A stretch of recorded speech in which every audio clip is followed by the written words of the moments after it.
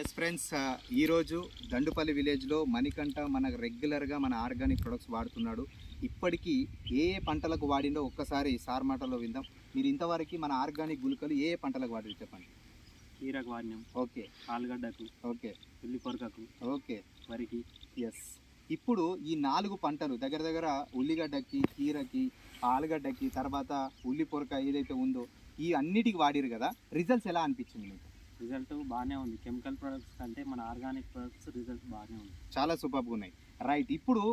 ఇప్పుడు మీరు ఇంత ఒక ఎక్స్పీరియన్స్ చెప్పారు. మన ఏదైతే ఉల్లి నారుకు మనం వాడినటువంటి ప్రొడక్ట్స్ సీడ్ ట్రీట్మెంట్కి వాడారు.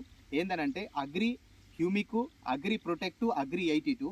మీరు వాడిన తర్వాత మీకు ఎలా రిజల్ట్స్ ఉన్నాయి ఒక్కసారి చెప్పండి. బయట వాళ్ళు వాడితే ఏ విధంగా ఉంది? మేము ఈ ఉల్లినారకు అనేది 82, ప్రొటెక్ట్, హ్యూమిక్ ఇత్తులకు సీ ట్రీట్మెంట్ చేసినాము. సీ ట్రీట్మెంట్ చేస్తే ఈ ఉల్లినార అనేది ఇత్తు పోకుండా మంచిగా మొలిచింది. వేరే వాళ్ళు సీ ట్రీట్మెంట్ చేయండి, మొలవలేదు. Okay, right.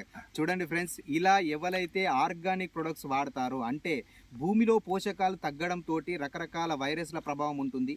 ఒక ట్రాక్టర్ కోడెరువు భూమికి వేస్తే ఎంత బలమో మన అగ్రి గ్రాన్యువల్స్ వాడితే అంత బలం. కాబట్టి ప్రతి ఒక్కరూ ఆర్గానిక్ వైపు మళ్ళీ రసాయన మందులు తగ్గిద్దాం, దిగుబడి పెంచుకుందాం. థ్యాంక్ యూ సో మచ్, మీ agri trainer Balakishan. Thank you.